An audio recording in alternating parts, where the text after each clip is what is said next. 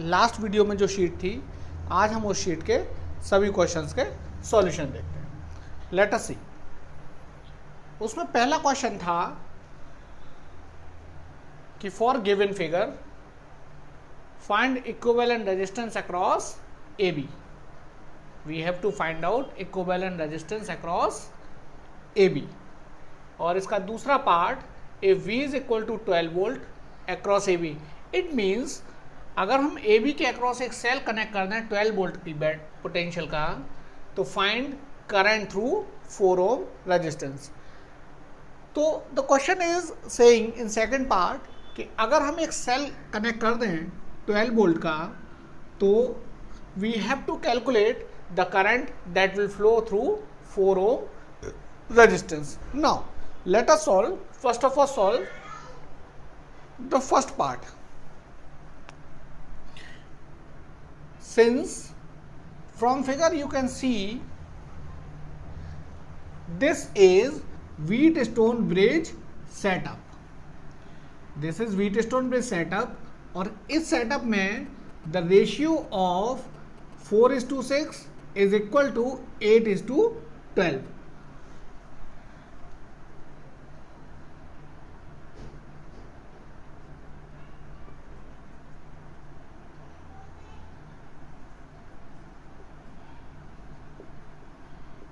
In this Wheatstone bridge arrangement,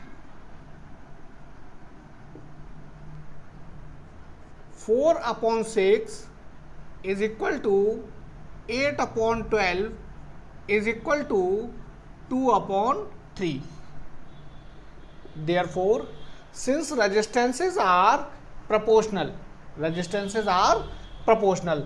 therefore this 2 ohm resistance becomes useless. Therefore, bridge is balanced. Bridge को बोला जाता है balanced, और अगर ब्रिज बैलेंस हो जाएगा तो ये जो बीच का रेजिस्टेंस है वो यूजलेस हो जाएगा. Therefore, bridge is balanced and hence 2 ohm resistance is useless. Therefore, अगर ये यूजलेस हो गया तो इसे हटाएंगे और इसका इक्विवेलेंट डायग्राम ड्रॉ करेंगे. Equivalent diagram is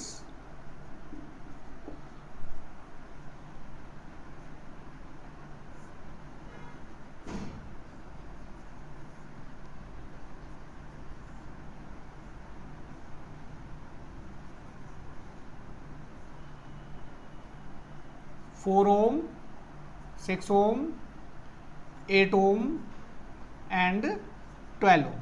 This is your A and this is your B. Now from this equivalent diagram you can easily observe 4 ohm and 6 ohm form series, as you can say that this way, and 8 ohm and 12 ohm form series. Therefore,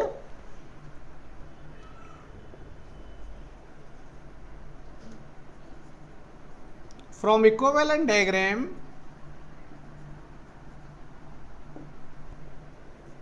four ohm and 6 ohm form series. Therefore, RS1, ये पहली series है इसीलिए हम इसे कहेंगे RS1 is equal to 4 ohm plus 6 ohm is equal to 10 ohm.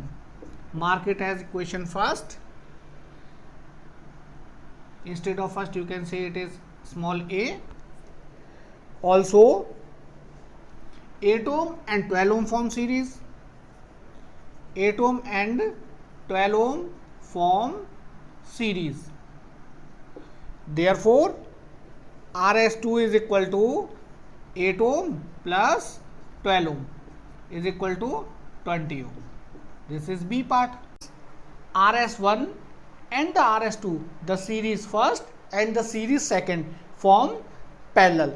Therefore, since RS1 and RS2 form parallel, therefore 1 upon Rp is equal to 1 upon RS1 plus 1 upon RS2. 2, that is 1/10 plus 1/20.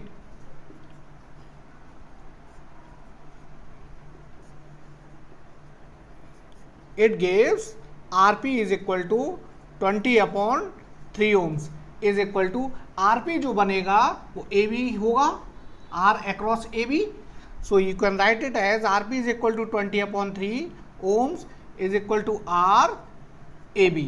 So this is your first part, solution of first part. Now let us solve. अभी जाइएगा नहीं, अभी रुकिएगा, video पूरा देखें. अभी हम करेंगे, अभी आप लोग जाइएगा नहीं, अभी वीडियो पूरा देखिए. अभी हम करेंगे इसका सेकंड पार्ट. सेकंड पार्ट मतलब अगर हम इसके अक्रॉस 12 वोल्ट का सेल लगा दें तो 4 ओम में से कितना करंट फ्लो करेगा. आइए देखते हैं. अब हम इसका सॉल्व करेंगे सेकंड पार्ट. फर्स्ट पार्ट में हमने देखा था कि AB के अक्रॉस जो इक्विवेलेंट रेजिस्टेंस है that is RAB is equal to 20/3 ohm. अब हम देखें कि हमें इस सेकंड पार्ट में कि अगर AB के अक्रॉस 12 वोल्ट का पोटेंशियल डिफरेंस है तो हमारा 4 ओम रेजिस्टेंस में से कितना करंट फ्लो करेगा. नाउ लेट अस सी.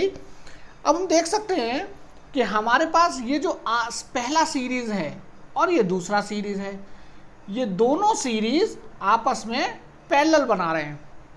सिंस सेकंड पार्ट का सॉल्यूशन समझें. Since RS1 and RS2 form parallel, ये दोनों क्या बना रहे हैं हमारा पैरेलल. तो अगर ये दोनों पैरेलल बना रहे हैं देयरफॉर, अब पैरेलल में हमने पढ़ा था कि potential difference in parallel combination, potential difference across the resistances in parallel combination हमेशा कांस्टेंट होता है.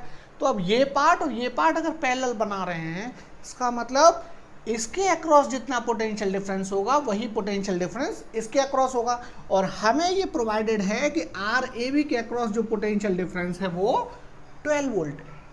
हमें इस पूरे के across 12 volt potential difference provided है. तो इस सीरीज के अक्रॉस, इस सीरीज के अक्रॉस और RAB के अक्रॉस सेम पोटेंशियल डिफरेंस होगा. So therefore RS1 and RS2 form parallel. Therefore potential difference across AB is equal to potential difference across first series is equal to potential difference across second series.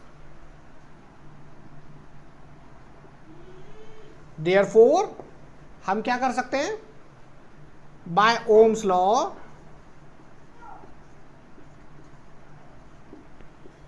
VS1 is equal to I into RS1, we can call it to be I1. मान लीजिए ये current हमारा इसमें जो flow कर रहा है वो I1 और इसमें जो फ्लो कर रहा है वो I2 and this is I.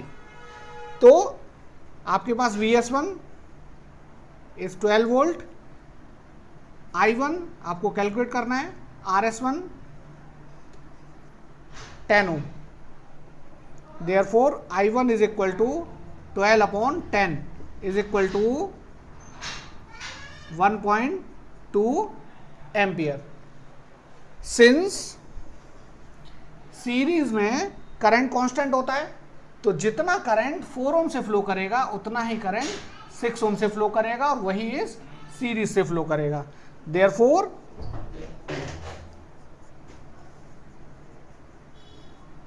Current through 4 ohm is I1 is equal to 1.2 ampere.